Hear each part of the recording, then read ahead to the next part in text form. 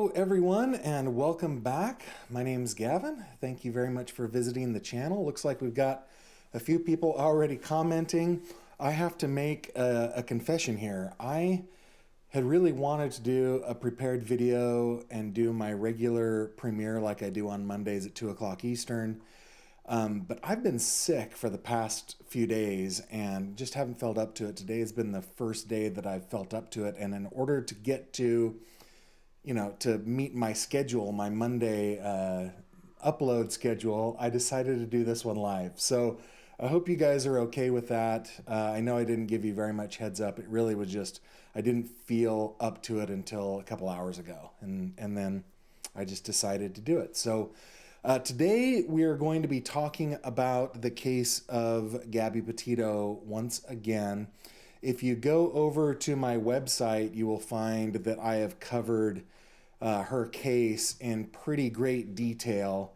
If you go over to the case page, you'll see that I've done tons of videos and I've got a lot of documents on this case. And I've got a few new ones. Today we're going to specifically be talking about the wrongful death-ish case, the Petito and Schmidt v. Laundrie lawsuit. But I want to show you a couple of other things before I get into those. So that's what I'm going to do. And Okami, you're here. Play the clip. You're here. Lisa, you're here. Mass Menace, Strange Beginnings. Welcome all. Thank you for being here. This is my dog, Olivia Newton-John. She is naughty. She's a pretty good girl.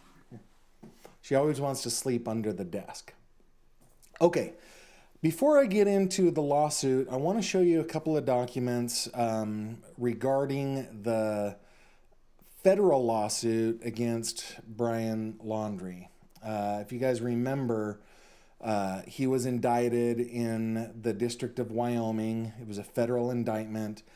And on the 25th of January, there was a motion for leave of the court to file a dismissal of the indictment as to the defendant, Brian Christopher Laundrie, with prejudice. So they made that motion. The court then granted them leave to file that dismissal, and they did file the dismissal on the 26th of January. So the federal lawsuit against Brian Laundrie is officially closed. Karen, let's see. Hey, Gavin, welcome from chilly UK. Yeah, it's chilly here in Western Pennsylvania too. It's actually snowing right now. Karen, glad you're here. So they have closed the case for obvious reasons. But one other thing that they did is there was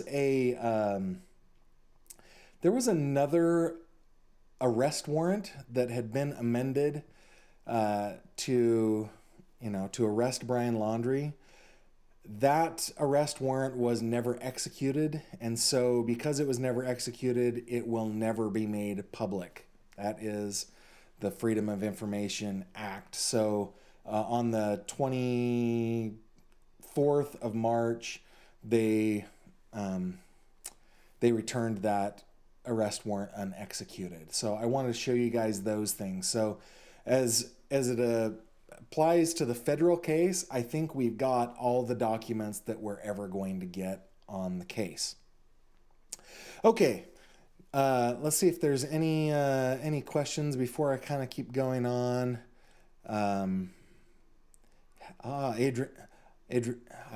Adrienne, is that how I pronounce your name? Haven't caught a live. Glad you're catching it today. Morrison says, love my channel. Thank you very much. I'm thankful. Guys, okay, before I get into the case, there's so many false starts in this live. I'm so sorry. Before I get into the case, I have to remind you that I'm going to be at CrimeCon in the UK on Saturday the 11th and Sunday the 12th of June. And I'm really excited about this because I have to be honest, I was not sure that I was actually going to be able to make it. I went on faith that I was going to be able to get my tickets, my flight and my hotel and everything. Well, as of this week, guys, I am officially going. I've got my passport all set. I have got my hotel reservation. I have got the flight tickets. I'm going to be there. CrimeCon is the ultimate true crime weekend. It's partnered by CBS Reality, the expert-led true crime TV channel. And at CrimeCon, you can get in the mind of serial killers, psychopaths. You can learn from criminologists. You can hear from the families of victims and survivors. You can meet your favorite true crime podcasters. You can immerse yourself in forensic evidence. And you can delve deep into those unsolved crimes. So I am official. I'm going to be there. And I have to say, this week, through CrimeCon, I've started to actually talk with some other podcasters and YouTubers, which I guess we're technically peers, but because my channel is so small in comparison to a lot of them, I haven't felt like we've been peers. But one person this week, when I was talking to her specifically about the Ellen Greenberg case, gave me a real compliment and said that they all agree that when it comes to the Ellen Greenberg case, I've done the best work, which is feels pretty freaking good that I'm getting some recognition out of other people in the industry, niche, whatever you want to call it. So anyway, I'm really glad to be going to CrimeCon. If you're going to be there, you can get 10% off by using code Gavin. And if you're a Patreon supporter of mine, you can get 15% off. Just DM me inside Patreon and I'll get you that code. All right. Yes. Morrison, I think I will be alive when I get there. I'm through my annual sickness. I think I get sick every year. It's always a bad flu. It always turns into pneumonia. It always turns into pleurisy from there. Yeah. So anyway, I'm going to be there. Okay, guys, let's get into why you're here, which is the lawsuit, right? Now, I want to preface this again, another false start. But I want to show you a clip of a part of the last video we did, the last live stream we did on when the Petitos and Schmitz filed their lawsuit. This is what I said back then. This is the first civil lawsuit I have ever read that does not actually state a claim. There is no claim stated at all. Now, if you guys can just bear with me for a second, let me give you an example of how this is supposed to work. I'll open it up here. If you guys, did you see the video I did pretty recently on the death of Carrie Moynihan? Let me go to that complaint here real quick. Get it on for you here. Okay, so this is the complaint that Carrie Moynihan's parents made. It's a 50-page complaint. If we go all the way to the end, where are we? Then it will list a cause of action. So this is what I'm saying. When I say there's no claim, there's no cause, right? And like in this case, there are 1, 2, 3 causes of action. And in the Petito Schmidt v. Laundrie lawsuit, there is no cause of action that they even list. So my personal belief is that this will never get to deposition. I don't think that it will ever get to discovery. I think that the Laundrie's lawyers will make a motion for dismissal, and I think it'll be granted because they have not made a claim. All right, so that is what I said not too long ago, a couple weeks ago maybe. And indeed, the Laundrie family did file a motion to dismiss their complaint. I don't know why that keeps coming up. Let me see if I can drag that over there. There we go. And this is the motion to dismiss. It's about 20 pages long. I know that on YouTube, there are a lot of people that have read this whole thing in toto. If you want to go to my website, you can see, if you're a Patreon supporter, you can see it in here. It's the defendant's motion to dismiss right here. If you're not a Patreon supporter, I would love it if you would consider doing that. It's about $3 a month, and it gives you access to lots of different things. But I'm going to go over I've highlighted some of the parts that I think are the most, I guess, meaningful to me. Okay, so in their motion to dismiss, they said that for failing to state a cause of action for intentional infliction of emotional distress, for the reasons set forth below, there are no facts that could support this cause of action, and the court should dismiss the complaint with prejudice. So that is what I predicted their motion to dismiss would say, is that there is no cause here, so why are we doing this? Now, when they say that the court should dismiss the complaint with prejudice, that means that with prejudice part means that they wouldn't be able to bring the same lawsuit against the Laundries ever again. Now, as we go through this, they do the background thing. It takes quite a bit of the document. But let me just go over a couple of this. These are their reasons why they think that the case should be dismissed. Okay, the complaint should be dismissed with prejudice, and the plaintiff should not be granted leave to amend. This is important, that not be granted leave to amend. Although leave of court to amend a pleading shall be given freely when justice so requires, leave to amend need not be given where the amendment would be futile.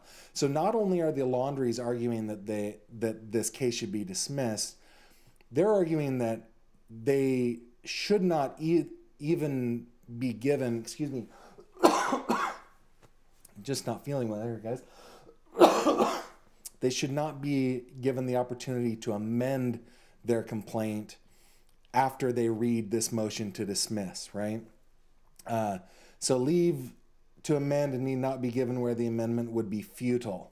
So they're arguing that it would be futile for them. A proposed amendment is futile if it's insufficiently pled or is insufficient as a matter of law. The complaint is insufficient and deficient as a matter of law for many reasons, and those deficiencies cannot be cured by an amended complaint. The gravamen of the claimed wrongdoing is that the Laundries exercised their constitutional rights and essentially made no statements to plaintiffs or law enforcement. So, I'm not showing you that. Sorry about that. Let's see. The gravamen, let me read that one more time. The gravamen of the claimed wrongdoing is that the Laundries exercised their constitutional rights and essentially made no statements to the plaintiffs or law enforcement. Now, this is what the Laundries attorney said the whole time, right? I've told my clients that they should exercise their right to remain silent. And here in the motion to dismiss, it is saying, hey, they just exercised their constitutional right. As a matter of law, the Laundries' silence or conduct could not form the basis of a claim for intentional infliction of emotional distress. The Laundries' constitutional rights and the elements necessary for such a cause of action would not change with an amendment of the complaint. Furthermore, the time period at issue occurred several months ago. Guys, this is probably the most heartless, feelingless sentence in this. It says, and the foundation of the plaintiff's claimed distress, wanting to find their daughter, has been resolved. Okay. I think that is the most heartless thing that can be said. Like, what, the idea that your claim is that you just wanted to find your daughter. Well, your daughter's been found. So, case closed. It's kind of what that sentence says. I'm curious what you guys think about that. Okay, I'm just going to skip through several things. Again, you can go to the website and you can read this whole thing. Let me just get to a couple of other things that I've highlighted. Okay, so here they're saying, basically in the law, what they're saying is that there's a threshold which is called outrageousness, that is there as a test for recovery in an intentional infliction of emotional distress claim. So outrageousness is where it is, okay? So whether conduct is outrageous to support such a claim is a question of law, not a question of fact, blah, blah, blah. It is not enough that the defendant acted with an intent which is tortious or even criminal, or that the defendant intended to inflict emotional distress, or even that the defendant's conduct can be characterized by malice or a degree of aggravation which would entitle the plaintiff to punitive damages or another tort. So they're saying it's not about the intent, it's not about the malice, it's not about any of those things. It's about whether it's outrageous or not. That's what we're saying. Okay. Let's see. Let me keep on going here, and then we're going to get to the response. I think I had a couple of other things in here that I thought were pretty important. Okay. The Laundries are entitled to exercise their legal rights. Their argument, again, the Laundries are the defendants here, and this is their motion to dismiss. It says, at its core, the complaint is critical of the Laundries for, quote, refusing to respond to either Joseph Petito or Nicole Schmidt or law enforcement. However, compelling individuals to respond to inquiries by private citizens or law enforcement through a civil action like this would turn our entire constitutional system and the freedom afforded individuals in this country on its head. So the lawyer is saying the Laundries have rights. They do not have to talk to anybody. And the fact that they didn't talk to anybody is not a good ground. It is not solid ground upon which you can bring a suit, I guess. So that is their argument there. By the way, I think that's a good argument, whether it will win or not.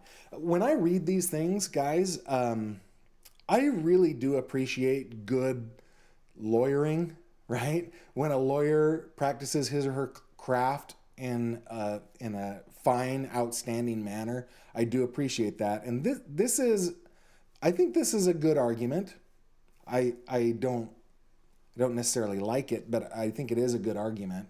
He's doing a good job as a lawyer. Let's see if there's anything else that I highlighted here. I can't remember. Yes, okay. This one is really interesting. They claim that plaintiffs must be present in order to, okay, I'll just read this. The complaint suffers from another fatal flaw that is further evidence as to why there is no cause of action for this factual scenario. For conduct to be actionable as an intentional infliction of emotional distress, the conduct must be directed at the plaintiff and in his or her presence.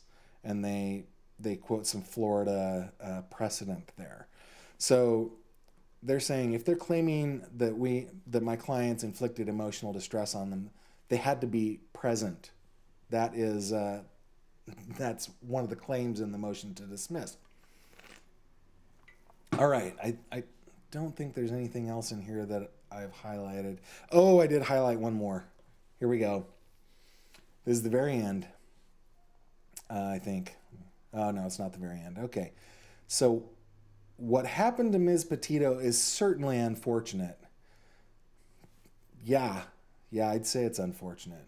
However, as the 3rd District Court of Appeal reasoned, if courts were to allow relatives of tort victims compensation for the distress they suffer when they receive bad news about family members, when there is no attendant intentional or reckless conduct directed toward them, an avalanche of litigation would ensue. Compensation is available for actual harm to the victim. Only in carefully prescribed circumstances is compensation permitted for relatives who suffer emotional distress. It is not lack of compassion, but necessity that restricts relief to the immediate victim. So they're saying, they're quoting the 3rd District as saying, what happened to Gabby. It didn't happen to her parents, I think is what they're arguing there. Let's see if there's anything else. The conclusion. Okay. The plaintiffs have not and cannot set forth factual assertions that can be supported by evidence which gives rise to legal liability. As such, this action for intentional infliction of emotional distress, remember that phrase, intentional infliction of emotional distress, against the parents of Brian Laundrie, however inartfully drafted. Wow. So this lawyer is kind of poking at the Petito lawyer, is not legally sustainable, and the complaint should be dismissed with prejudice and without leave to amend for all the reasons set forth above. Wherefore, defendants Christopher Laundrie and Roberta Laundrie respect this court dismissed the complaint with prejudice, and that is their attorney Matthew Luca. So it's interesting that that they're using a different attorney here. Let's see what you guys are saying before we go on to the other stuff. Let's see.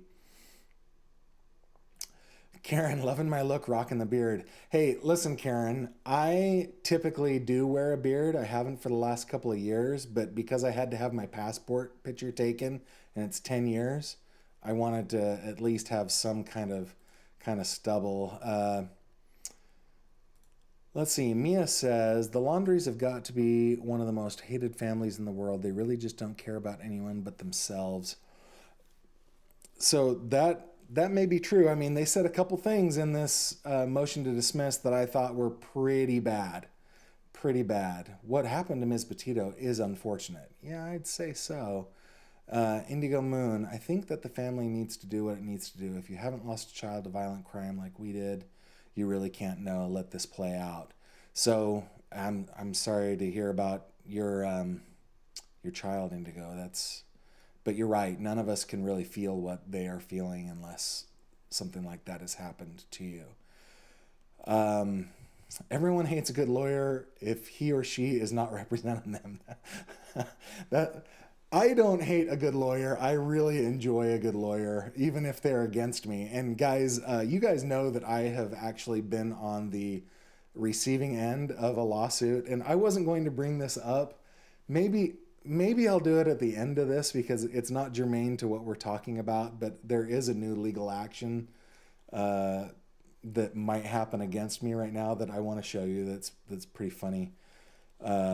But yeah, having a good lawyer is a good thing. And when I have had a legal action against me and I have seen documents filed against me by a good lawyer, I have to sit there and go, that's a good lawyer in there. It's pretty funny. Let's see. Jacqueline said, just joining in, started from the beginning, just got to you telling us about your praise from other YouTubers for your coverage on Ellen. You do great work. Love your content. Keep it up. Thank you, Jacqueline. I felt so good when I got that. Okay, so let's move to the next document, shall we? This is the plaintiff's response to the defendant's motion to dismiss. And remember, there was a phrase that I wanted you guys to remember, which was intentional infliction of emotional distress. Let's remember that, okay? Intentional infliction of emotional distress. Okay, so let's zoom up here. I'm just going to kind of zoom in, okay? Or I'm going to skip over to the stuff that I found interesting. Again, you can go to the website and you can read the whole thing. Okay. Motion to dismiss standard. A motion to dismiss is designed to test the legal sufficiency of the complaint.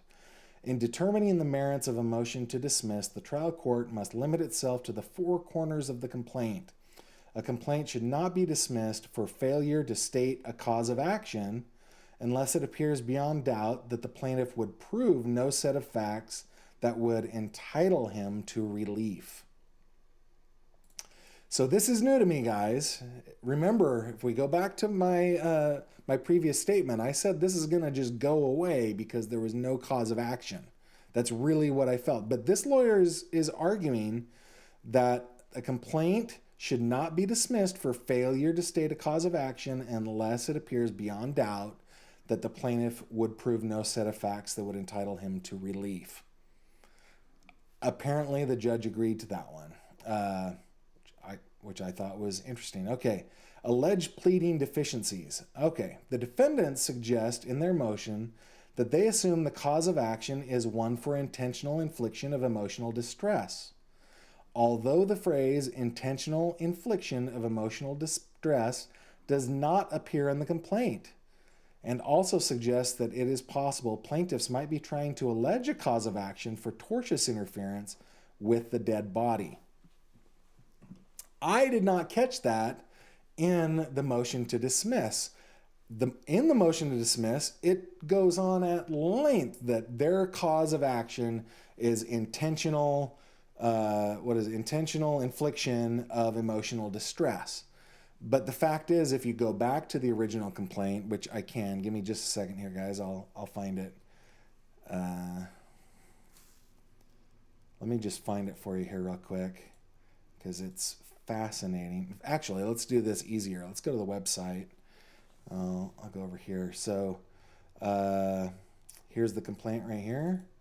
So we're going to open that up, and indeed, they never mention intentional infliction of emotional distress. It never is anywhere. So their motion, their response to the motion to dismiss was actually very clever. It's like, no, that's not the cause of action that we said. And it appears that the defendants are trying to are trying to do kind of a what do you call that? Bait and switch kind of a thing, right? Okay. Nowhere in the complaint is there any suggestion that the claim is based upon tortious interference with a dead body. There are no factual allegations regarding interference with a dead body, nor is there any claim for the same, simply because the words intentional infliction of emotional distress does not appear within the body of the complaint, does not make the complaint defective. The elements of the claim are stated in the complaint. Defendants also suggest the complaint is deficient because individual claims are not made on behalf of the plaintiffs against the defendants. Plaintiffs agree that the complaint should be amended to state such separate claims. So that makes me wonder, and I'm going to ask you guys this question. I told you last time we talked that I had never seen a complaint that did not state at least one claim. And in that video that I showed you guys earlier, that one stated 3 claims, right? But it almost feels like they filed their complaint in order to meet some kind of deadline. That's what it feels like to me now that I'm reading this. Like, the lawyer is, I guess, stipulating, yeah, we didn't put those individual things in there.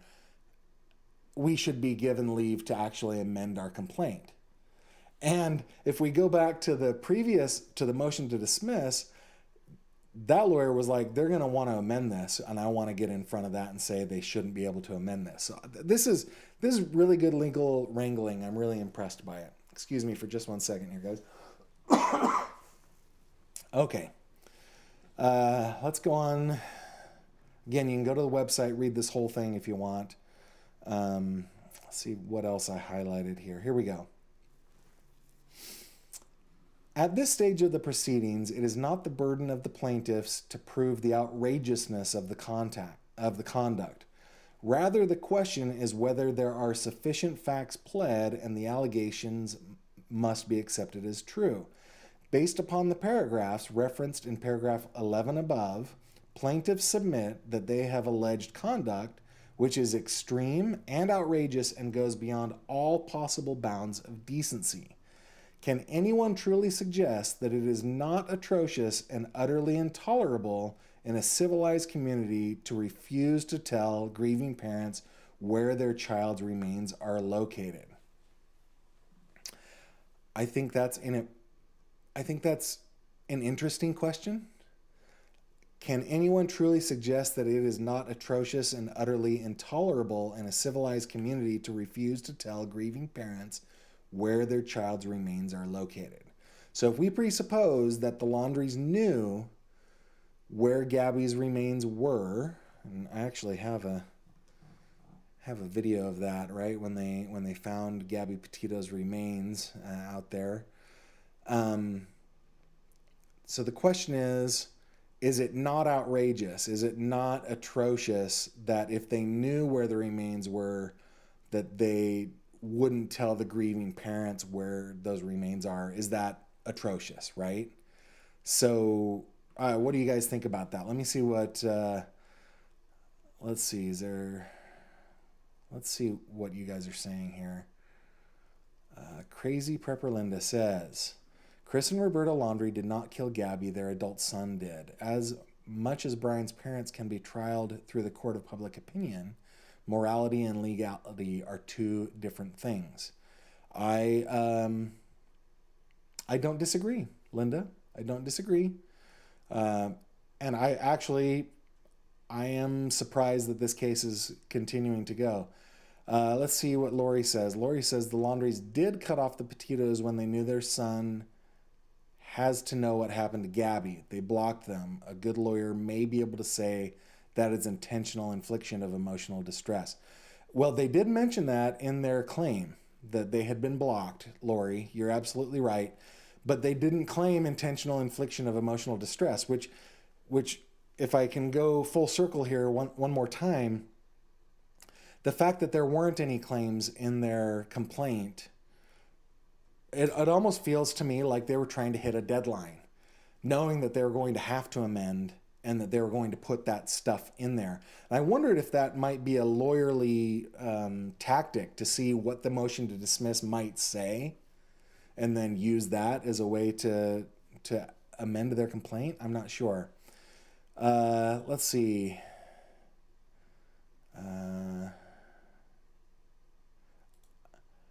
I need to catch up. I didn't know anyone was getting sued. Yeah, there's a lot going on here for sure.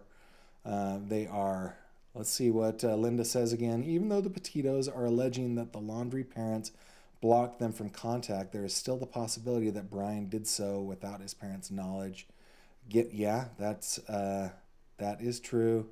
Karen says the dirty laundries are beyond atrocious. And that brings me back, Karen, to the whole, something that Lori brought up early, morality versus legality, right?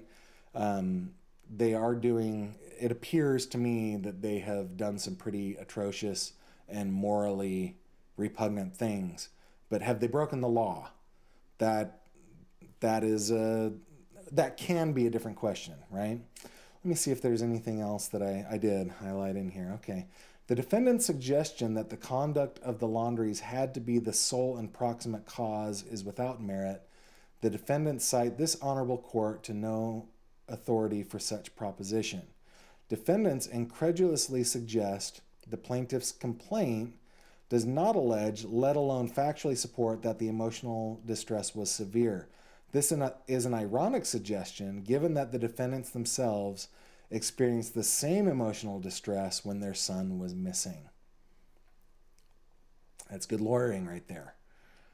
I like that a lot. Okay, defendants' exercise of legal rights. I think this is an important part. So this is their response to the Laundries saying, hey, Chris and Roberta Laundrie were within their legal rights to remain silent. That's what their motion to dismiss said.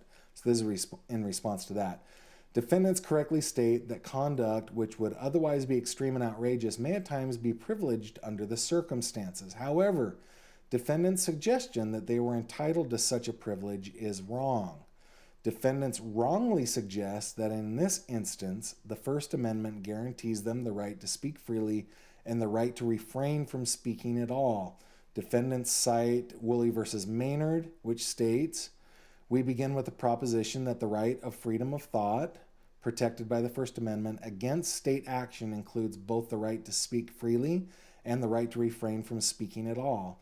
A system which secures the right to proselytize religious, political, and ideological causes must also guarantee the concomitant, I don't know that word. That one's, anyway, I guess it's the equal right to decline to foster such concepts. The right to speak and the right to refrain from speaking are complementary components of the broader concept of individual freedom of mind, Board of Education v. Barnett. So I guess what they're saying is what the Petito Schmidt family is saying is that the Laundries claim that they have First Amendment rights not to speak is wrong in this instance. They're saying they had the requirement to speak. That's their argument there. Let's see what else I have here.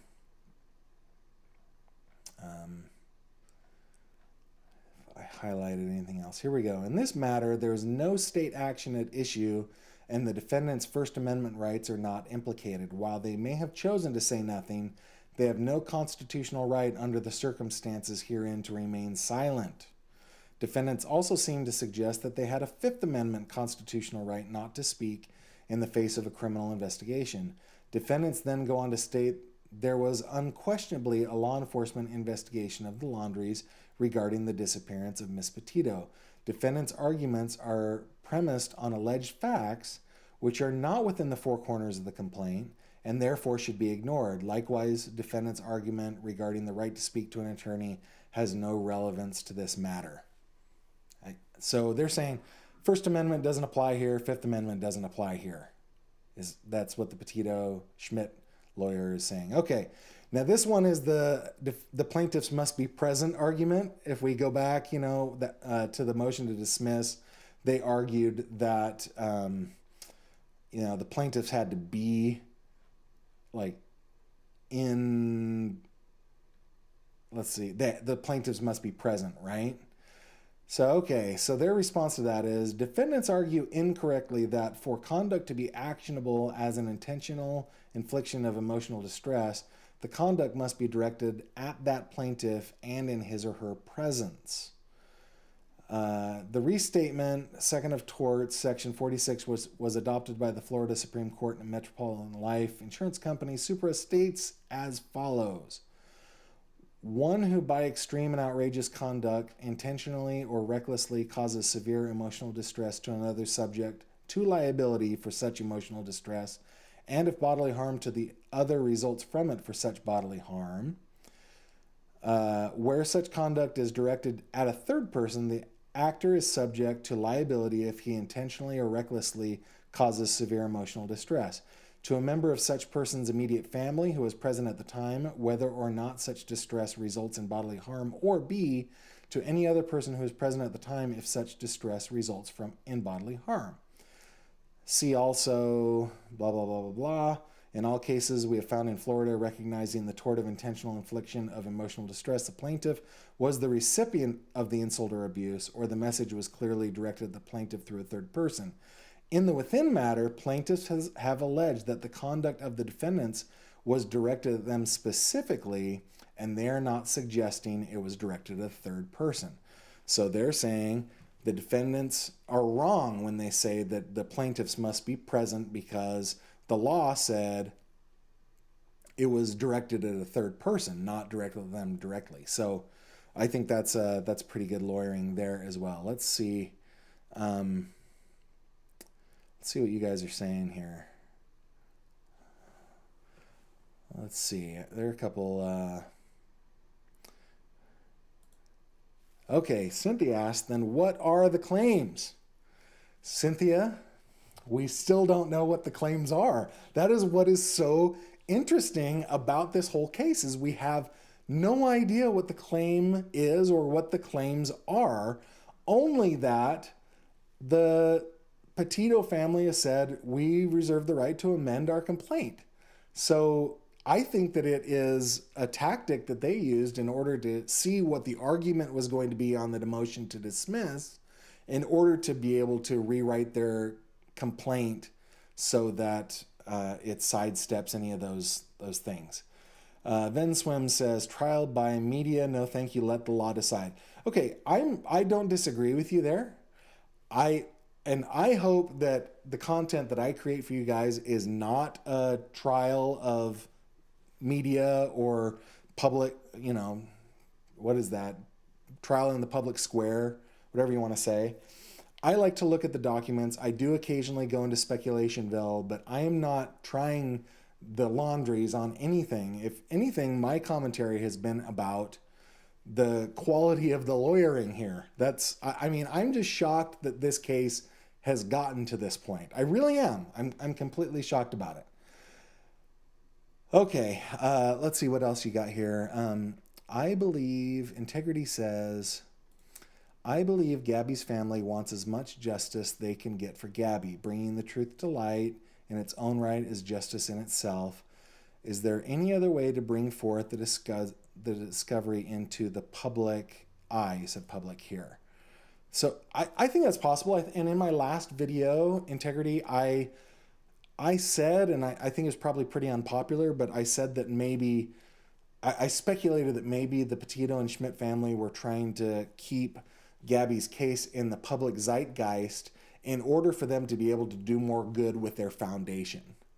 So I guess my implication there is that, or my insinuation there is that they're doing it for their own benefit, but then that benefit would be a public benefit, right? So I'm not judging them for it. I had wondered why go about doing this at all, and I speculated, well, it might be just so that they can do more good farther down the line. I didn't think it would go past, just the complaint.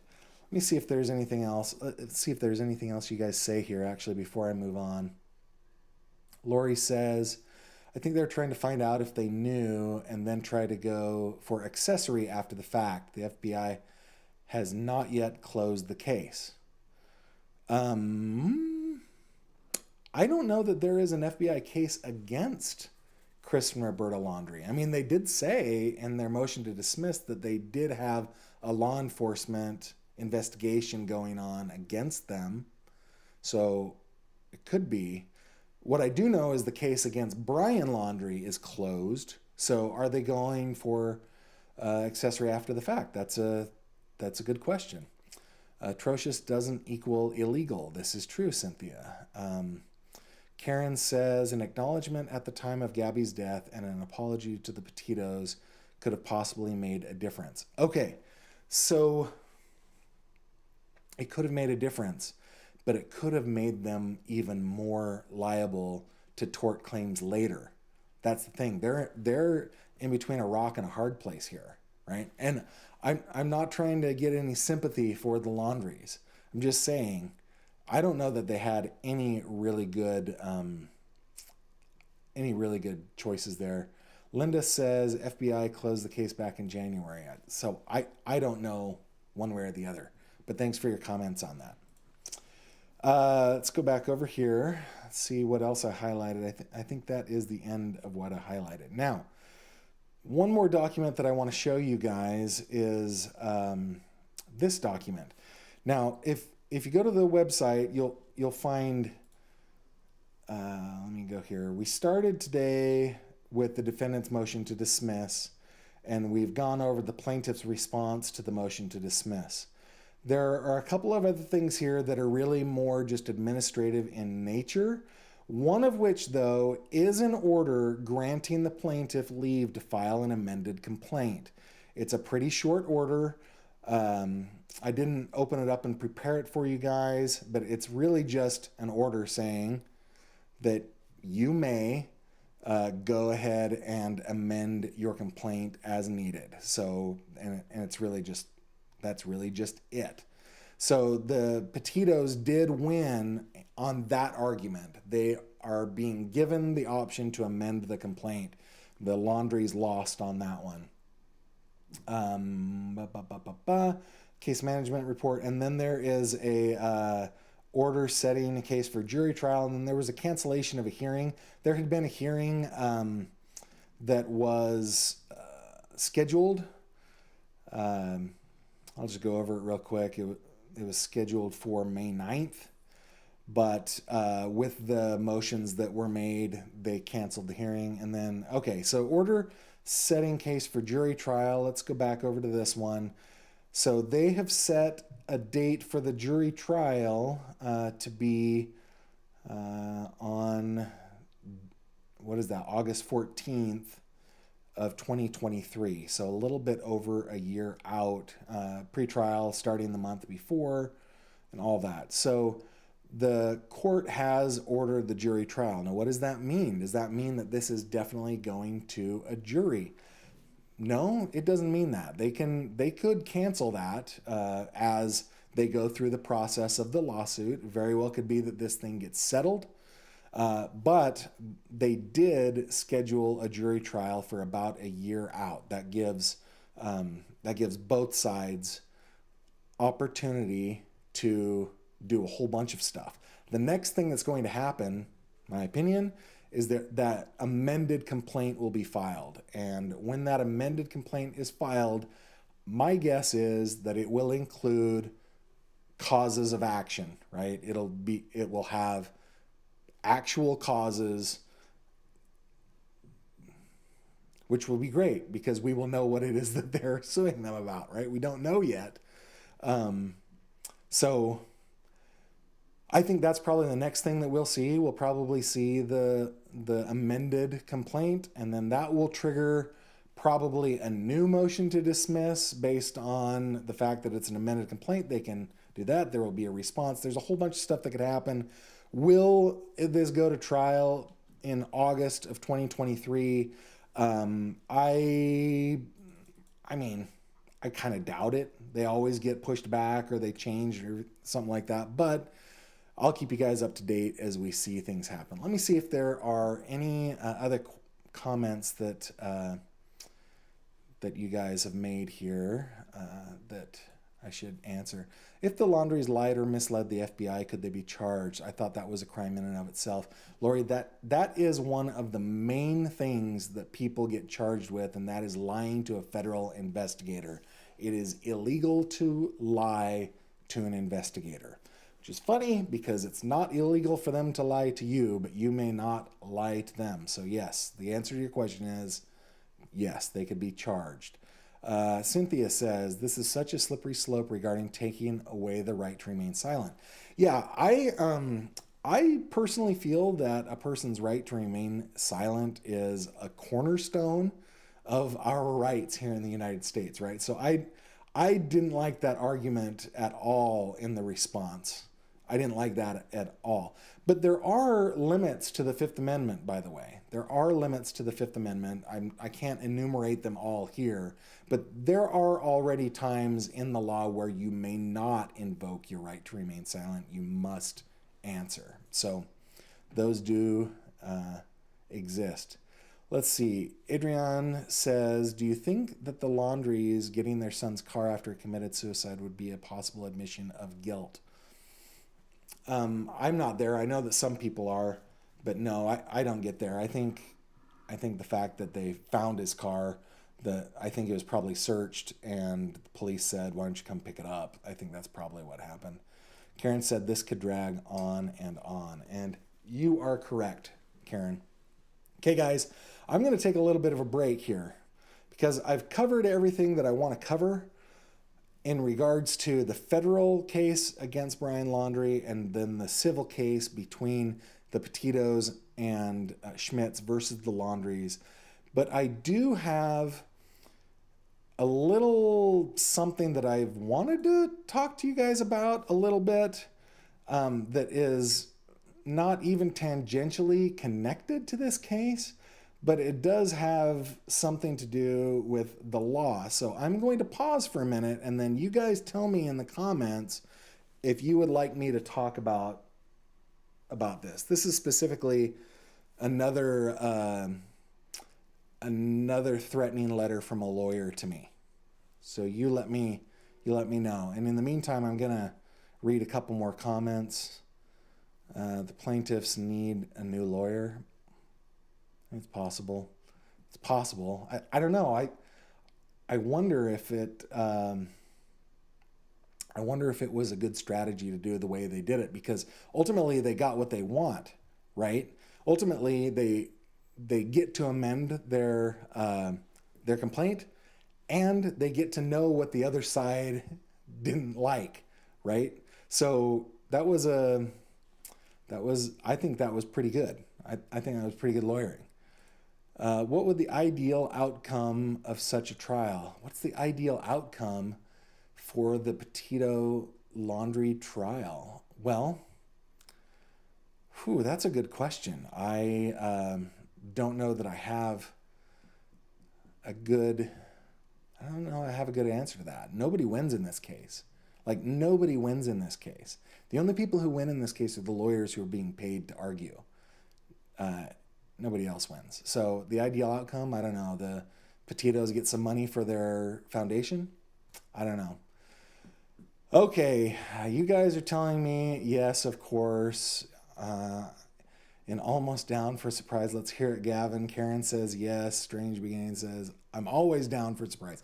Okay, guys, let me open this up. I got a letter. Let me see if I should have opened it up beforehand. Yeah, okay. All right, I got it open. Okay, now I'm going to show you this letter. And speaking of good lawyering, I'm going to give it to this guy. This guy's a good lawyer. Okay, he's a very good lawyer. Let me see. I'm going to open up both documents. Yeah, so my response. Okay. Do you guys remember back when I was working on, which I still am, the Father Joe Marino case? I did a video on the Father Joe Marino case, and I got a cease and desist letter claiming that I had infringed on somebody's intellectual property, which was a bogus claim. And the letter was written just to scare me, and that's just kind of the way it was. And I was upset at the time because, I don't know, like the money that comes in from YouTube and from Patreon is not all that much, and having to pay that to a lawyer I don't like very much. But anyway, that has never gone anywhere, by the way. Once my lawyer responded to them, they've just disappeared, right? There's nothing going on there. Okay.